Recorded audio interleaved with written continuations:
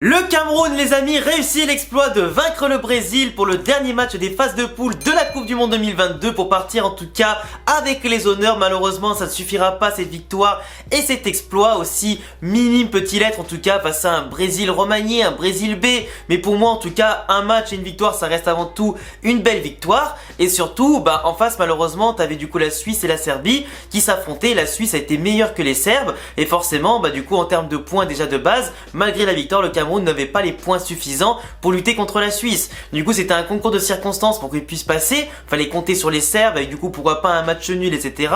et une victoire du Cameroun. Pour le coup le Cameroun a peut-être déjoué les pronostics de beaucoup d'entre vous car pas beaucoup de monde les annonçait gagnants contre le Brésil. Finalement c'est chose faite, en tout cas c'est une victoire comme je le dis qui reste avant tout un exploit, quelque chose d'honorifique, mais malheureusement ça suffira pas à aller en huitième. Moi ce soir j'ai regardé un petit peu les deux matchs, je me suis plus concentré sur Suisse-Serbie vu qu'il y a eu pas mal de buts, il y avait beaucoup d'enjeux, de tension, c'était c'était en tout cas un match chargé en tout cas en émotion de part et d'autre.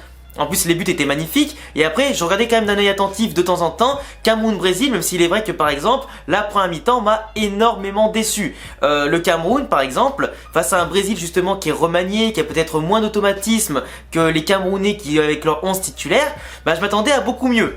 Dans l'engagement, je savais très bien que techniquement, même les remplaçants du Brésil feront mieux que les titulaires du Cameroun. Ça, c'est pas une injure de le dire, c'est juste un fait footballistique et ça a été constaté ce soir. Mais même si tactiquement, les Camerounais sont moins, sont moins au top du top aussi, à ce niveau-là, sont moins réguliers, pour moi, c'est plutôt jouer physiquement. Je trouve que les Camerounais, que ce soit dans le pressing, l'organisation pour le faire et de la façon dont ils ont bougé leur bloc, etc., de l'attaque à la défense, et de la façon dont ils faisaient aussi les transitions, etc., et comme ils coulissaient, pour moi, les Camerounais ont pas mis assez d'impact, d'intensité et d'envie qu'ils auraient dû mettre. Parce que normalement, à ce niveau-là de la compétition, tu sais que t'es dos au mur. Tu sais que le résultat dépend pas forcément que de toi. Là, faut que tu prennes à la gorge ton adversaire qui de base est meilleur que toi individuellement et collectivement, que tu le prennes à la gorge, que tu le lâches pas, que tu l'asphyxies pour pourquoi pas marquer un but sur un temps faible, etc., sur un coup de pied arrêté, et pourquoi pas après prendre le jeu à ton compte à force de gagner les duels et gagner des mètres avec ton bloc qui sera pas positionné trop bas, mais cette fois-ci dans la surface adverse ou du moins dans leur moitié de terrain, pour au moins leur mettre la pression un peu plus et montrer que t'es là, que t'as envie, que même eux, ils sont déjà qualifiés, tant pis, mais toi au moins tu vas te donner à fond pour te donner les chances de les rejoindre en huitième de finale. Pour le coup, le Cameroun, un peu décevant sur ça, sur la création du jeu. On a eu plus d'occasions franches en première mi-temps côté Brésil, avec Martinelli par exemple, sachant qu'en plus, eux c'était déjà qualifiés, je le rappelle. Eux c'est plus des joueurs qui ont des choses à prouver pour gagner du temps de jeu avec le grand Brésil et les titulaires pour la phase finale qu'autre chose. Donc il n'y avait pas forcément d'enjeu collectif mais plutôt individuel côté Brésil. Donc je trouve ça un peu dommage. Deuxième mi-temps, le Cameroun était rentré avec un peu plus de bonne intention. On avait quand même eu pas mal d'occasions de part et d'autre, il est vrai. Mais surtout, ils ont dû attendre quasiment la fin du match pour que Aboubacar, qui signe à mon sens une très belle Coupe du Monde, par rapport à la prestation qu'il avait fait au dernier match et tout ça. En tout cas là, il marque un but magnifique. Et en plus de ça, il restera dans les annales, mais pas forcément pour les bonnes raisons. Parce que pour le coup, il a soigné sa sortie. Le mec, il oublie qu'il a un carton jaune, il marque son petit but, il enlève son maillot, déjà un jaune, il en prend un deuxième. En plus, tu vois son coéquipier à côté de lui qui essaye de lui remettre le maillot, du moins de pas lui enlever, qu'il l'enlève pas. Et en plus, il a une gueule déconfie à côté de lui, ça voulait tout dire.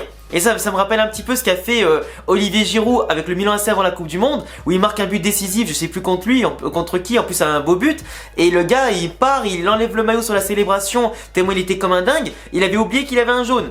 Du coup il a pris un rouge derrière, donc c'est pas forcément au goût de l'entraîneur et du Milan AC et même de lui-même simplement. Quand il avait fait la boulette, il s'en est rendu compte et il a très vite regretté. Et là pour le coup, Aboubacar, là il a rien à regretter parce que dans tous les cas, la Suisse a battu les Serbes 3-2 et il n'y avait plus d'espoir de qualification. Donc d'un côté, c'est pas grave, tu vois. Mais en tout cas, il sort par la grande porte avec une très belle prestation globalement sur la phase de poule. Pas mal de buts marqués, collectivement impeccable pour sa part. Aboubacar, il a porté le Cameroun au plus haut et de ce qu'il pouvait faire dans cet exploit aussi. Et tant pis, après il sort, dans tous les cas, ça changera pas grand chose. Mais ça peut compter, par exemple pour des joueurs qui peuvent se qualifier, ça peut avoir leur importance ce genre de boulette. Parce qu'imagine, t'as le 9 titulaire d'une équipe ou un joueur très important qui fait ça, et qui se retrouve en tout cas sans la possibilité d'aider son équipe pour les huitièmes, les quarts ou les demi, ou même des fois la finale, c'est compliqué. Tu mets ton équipe dans la mouise, tu perturbes l'équilibre de ton équipe et en plus tu peux laisser des fois un cadre vraiment essentiel suivant l'adversaire que tu vas affronter. En tout cas tu peux laisser ton équipe orpheline. Donc voilà, en tout cas globalement le Cameroun, on peut les féliciter pour la Coupe du Monde qu'ils ont fait. Moi en tout cas, je m'attendais pas forcément à les voir faire une très très belle performance à ce point là, en tout cas par rapport au Brésil et tout ça, et se positionner aussi bien surtout, mais globalement on peut être fier d'eux. On peut être fier d'eux. Pour l'instant il n'y a que le Sénégal qui est passé avec le Maroc en huitième de finale côté africain.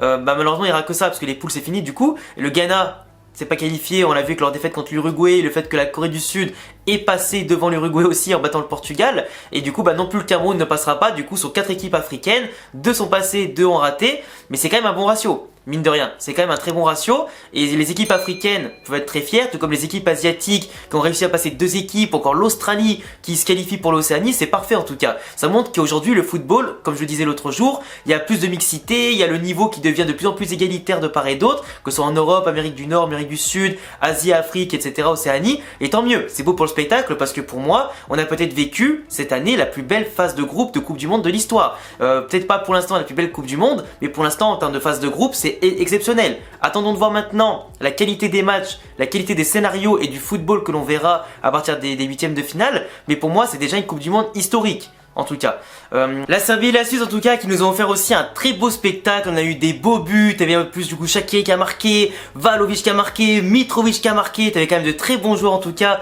qui attendaient d'ouvrir leur compteur pour certains. T'as encore Mbolo qui a marqué un but dans cette Coupe du Monde. T'avais en tout cas une belle prestation collective de part et d'autre. En tout cas le but que j'ai préféré c'est l'action suisse pour le 3e but où ça fait ça une transversale, ça l'a remis à Shaqiri qui fait une passe piquée par dessus, la talonnade en tout cas en aile de pigeon pour que l'autre il marque la reprise derrière. Ça c'était du football tu vois. Donc en termes de spectacle, d'émotion, d'intensité, de scénario de part et d'autre avec les équipes qui mènent, puis qui fait égaliser, puis c'est l'autre qui mène, puis réégaliser, puis c'est le l'autre qui mène, pour moi c'était parfait. Et c'est ça aussi la Coupe du Monde, c'est d'un côté un match serré et de l'autre côté un match extrêmement ouvert, spectaculaire et incroyable. En plus on a eu du beau football, c'était rugueux, on avait limite l'impression de voir un derby tu vois, Serbie-Suisse. Et pour le coup en plus il y a eu pas mal de tensions ou des joueurs qui voulaient se marbrer pendant le match. Donc attention à ça quand même, c'est quand même dans l'esprit du sport, ça reste avant tout un jeu, même si l'enjeu il est clair que pour la plus prestigieuse des compétitions, c'est important de la jouer, d'avoir de l'énergie, de la grinta, mais de la bonne grinta, pas vouloir faire mal pour faire mal ou vouloir taper des gens pour du sport, ça a aucun sens.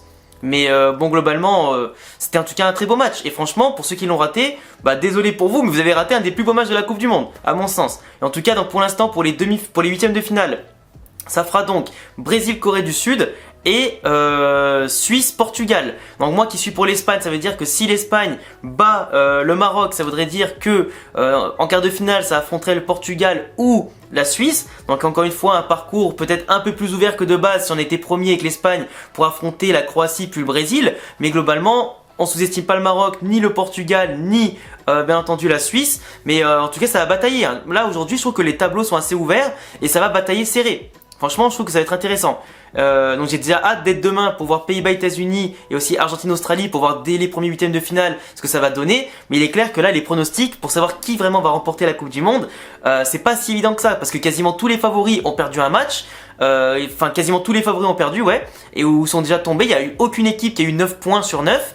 Donc franchement c'est bon signe pour l'équité du football et aussi pour le spectacle. Enfin bref en tout cas pour demain normalement je vous prépare une vidéo sur le Sénégal et l'Angleterre mais aussi sur le Maroc et l'Espagne pour expliquer pourquoi potentiellement le Sénégal et le Maroc ont une chance de battre l'Angleterre et l'Espagne. Je vous laisserai me dire en commentaire quel était pour vous selon vous en tout cas aujourd'hui la top équipe, la flop équipe, le meilleur joueur et le pire joueur et aussi bien sûr ce que vous avez pensé des résultats du jour par rapport au Cameroun, le Brésil, la Serbie, la Suisse et bien sûr sur tout l'ensemble de la phase de groupe. On se retrouve très vite dès demain pour une prochaine vidéo du coup abonnez-vous, cochez la cloche, le petit pouce bleu et tous les réseaux en description. À bientôt les gars pour une prochaine vidéo. Ciao.